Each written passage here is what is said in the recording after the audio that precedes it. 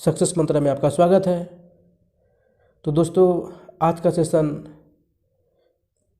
जो कि भौतिकी का ही है, जो क्वेश्चन नंबर 151 से शुरू करेंगे।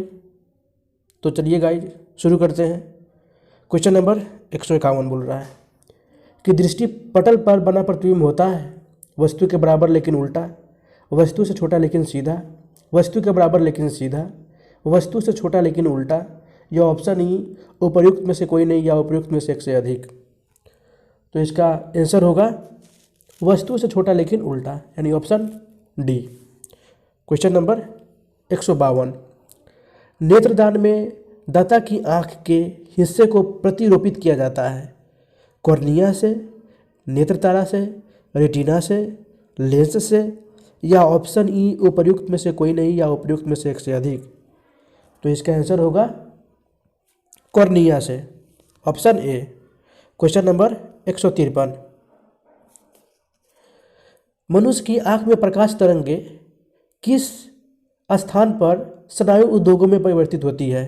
कॉर्निया से, नेत्रतारा से, रेटिना से, लेंस से, या ऑप्शन ई उपर्युक्त में से कोई नहीं या उपर्युक्त में से एक से अधिक। तो इसका आंसर होगा रेटिना से, ऑप्शन सी। क्वेश्चन नंबर 154 बोल रहा है कि दूरदृष्टि निवारण के लिए काम में लाते हैं अवतल लेंस, उत्तल दर्पण, उत्तल लेंस, अवतल दर्पण, या ऑप्शन ई उपर्युक्त में से कोई नहीं या उपर्युक्त में से एक से अधिक। तो इसका आंसर होगा उत्तल लेंस, ऑप्शन सी।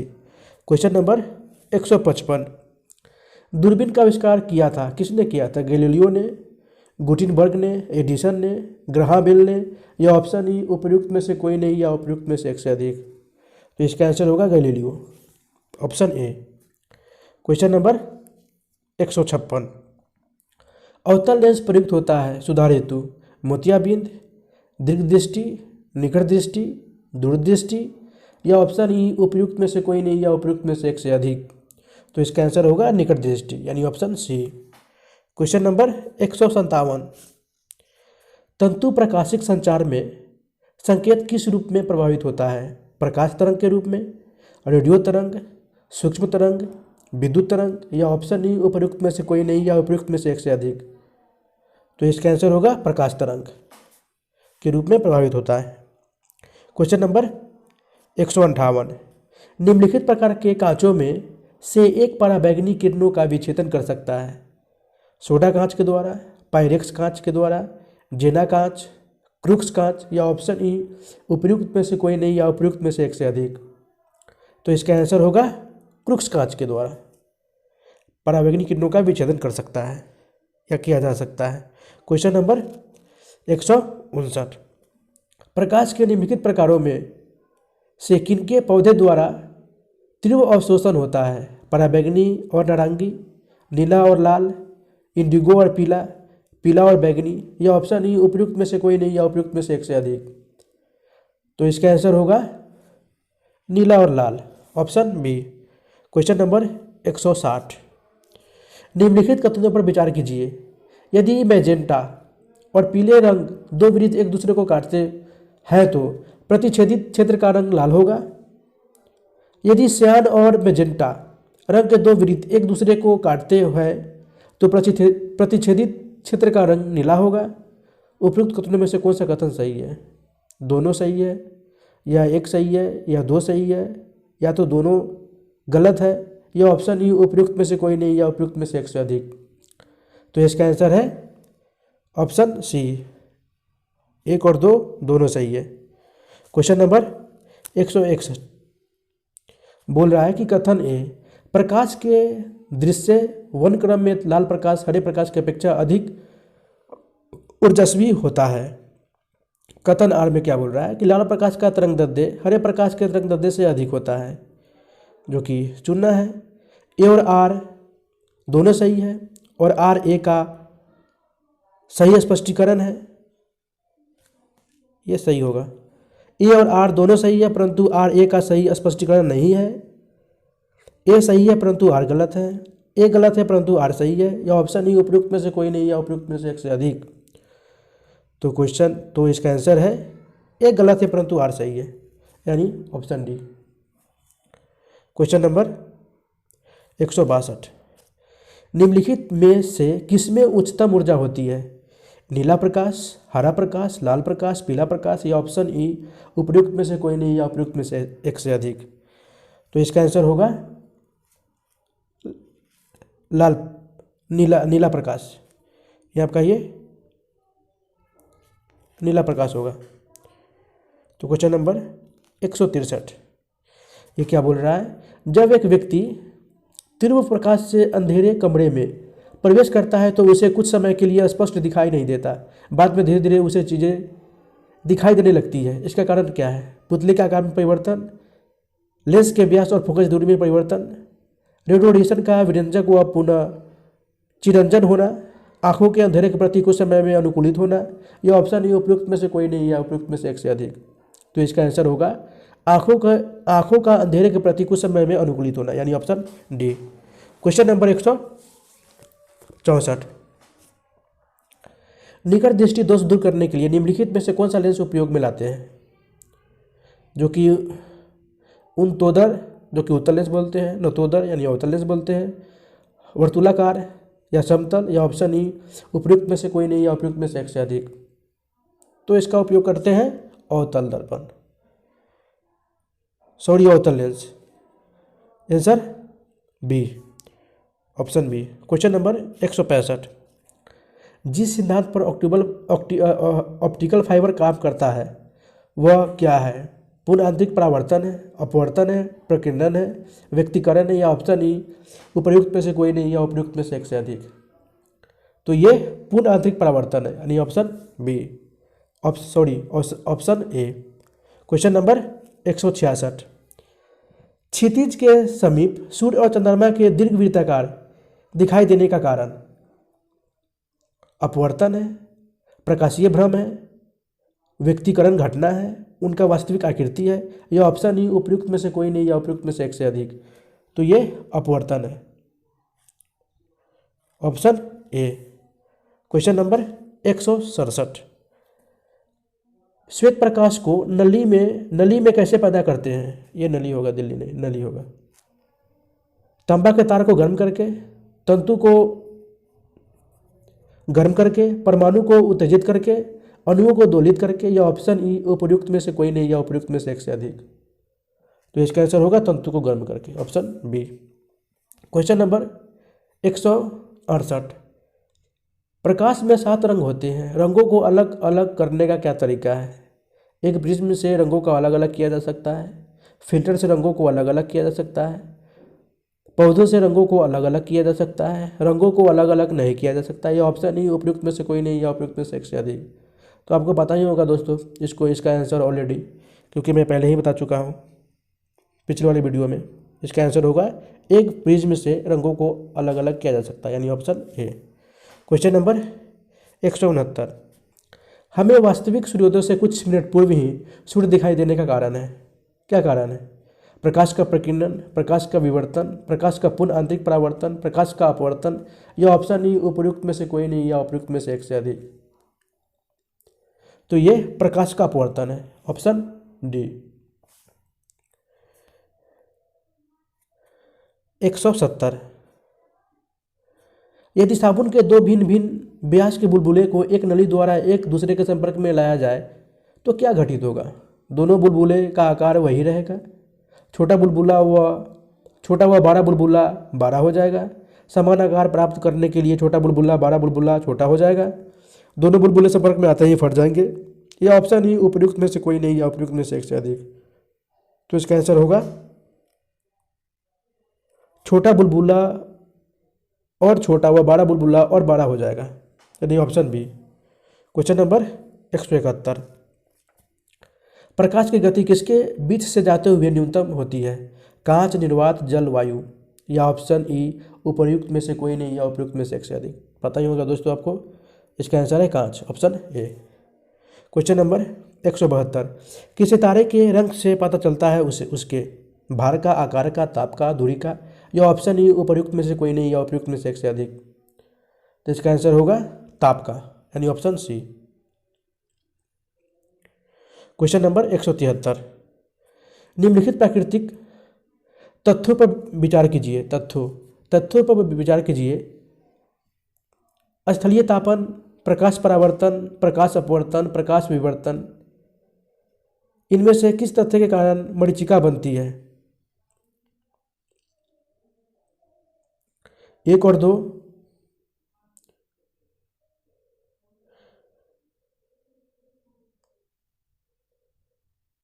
मरीचिका बनती है। तो दोस्तों ये क्वेश्चन प्रकाश का अपवर्तन, विवर्तन,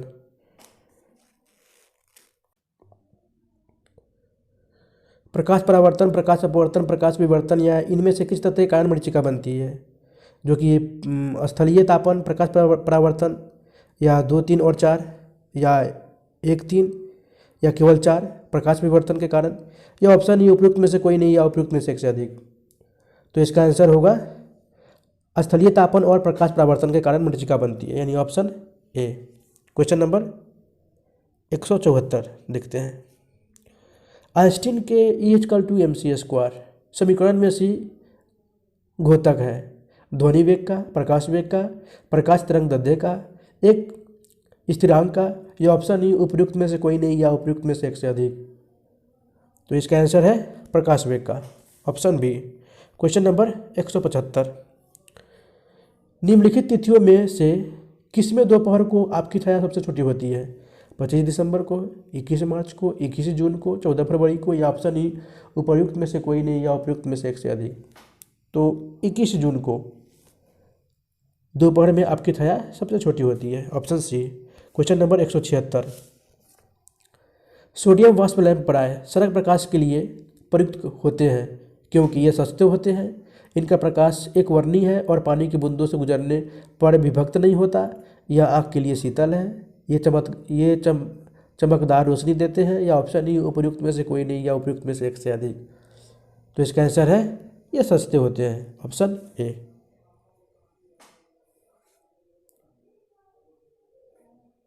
सॉरी दोस्तों, इसका आंसर होगा ये चमकदार रोशनी देते हैं, ऑप्शन डी।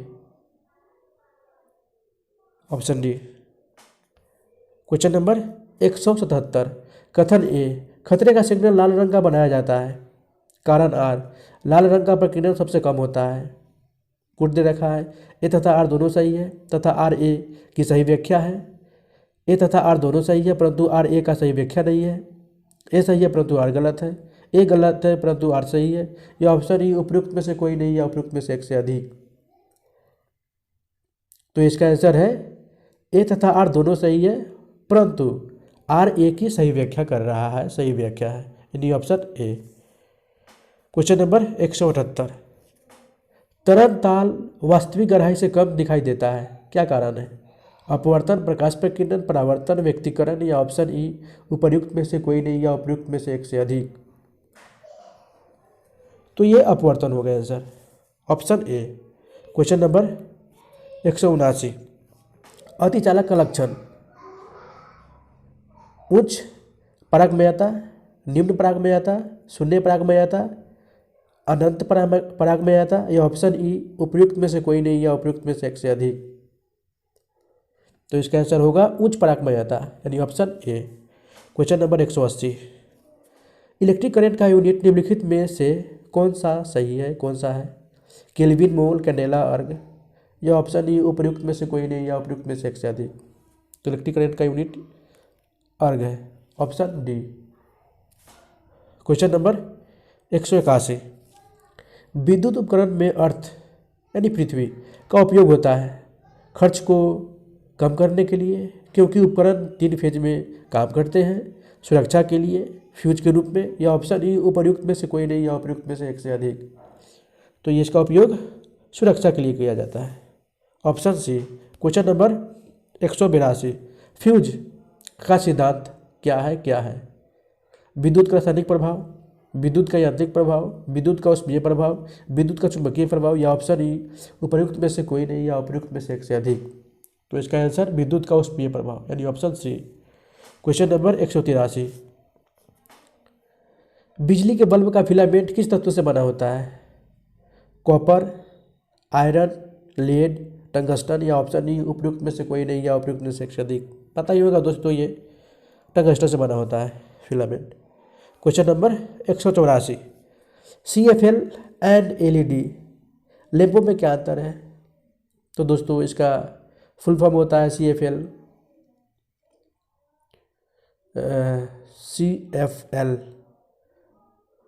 इसका ऑप्शन दे रखा है, प्रकाश उत्पन्न करने के लिए CFL पारा वाष्प और संदीपक का प्रयोग होता है।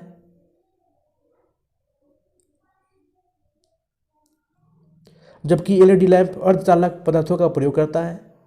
CFL की औसत जीवन अवधि LED लैंपों से बहुत अधिक होती है। LED लैंप की तुलना में CFL कम ऊर्जा सक्षम है।